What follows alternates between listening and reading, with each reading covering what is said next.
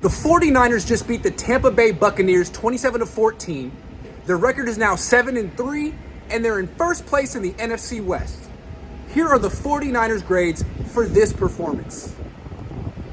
Brock Purdy, A.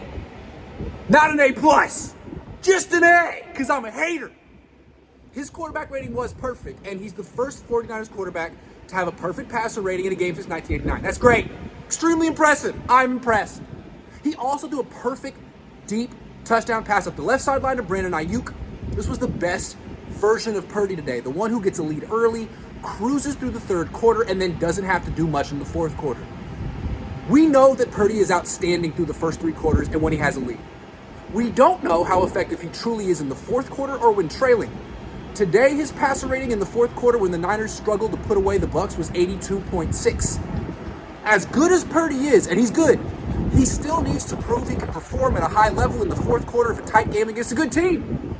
He didn't get that opportunity to prove that today, but the opportunity is waiting for him. Running backs. B. Christian McCaffrey averaged only 3.7 yards per carry, but gained 103 yards from scrimmage and scored a touchdown. Plus, Elijah Mitchell gained 24 yards on 4 carries and finally seemed like the running back he was the past 2 seasons. Give Kyle Shanahan credit for sticking with him despite a terrible first half of the season.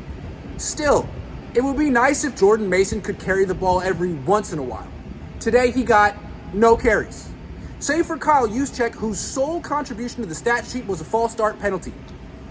Thank you very much, highest paid fullback in the league.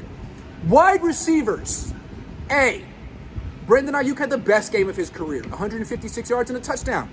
He finally is becoming an elite wide receiver. The 49ers can't throw him the ball enough.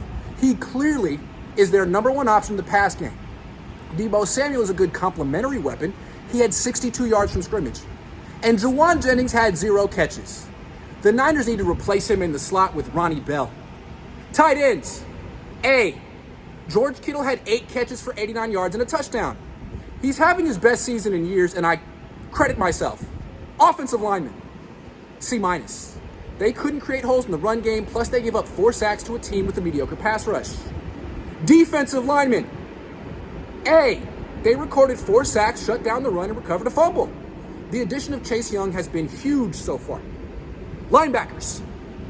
A. Fred Warner had 12 tackles, 2 pass breakups, 1 forced fumble, and a half a sack. He's incredible. Dre Greenlaw had 8 tackles, 2 pass breakups, 1 quarterback hit, and half a sack as well. He's excellent too. Defensive backs. B. Talanoa Hufanga left the game with what the 49ers fear is a torn ACL. His replacement, Jair Brown, immediately gave up a long catch but redeemed himself by intercepting a tip pass in the end zone and then breaking up a potential touchdown catch in the end zone.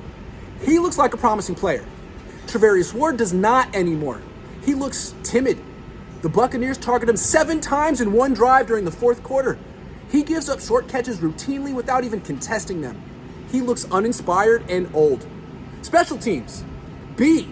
Jake Moody made all of his kicks, but the Niners gave up a 51-yard punt return in the fourth quarter that gave the Buccaneers life. Coaches. C. Frankly, the Niners should have won by more. A win is a win, and the Niners won by 13, which always is good, but they didn't play up to their standard. They played down to an opponent that now has lost 5 of its past 6 games. That's on Kyle Shanahan, who didn't coach particularly well in this game. The 49ers won simply because they're much more talented than the Buccaneers. Remember, the 49ers were winning by just 3 points late in the second quarter. They were messing around. Then they turned it on, played beautifully in the third quarter, and scored 17 unanswered points. They were winning 27-7 at the end of the third quarter and had every opportunity to make a statement by slamming the door on Tampa. Instead, they let the Bucs back in the game and gave them multiple opportunities to cut their deficit to 6 points. Fortunately for the 49ers, the Buccaneers couldn't do much with their opportunities because they stink. But a championship caliber team would have put away the Bucs in the third quarter. It's unclear whether the Niners are a championship caliber team. They'll have to prove that in the playoffs.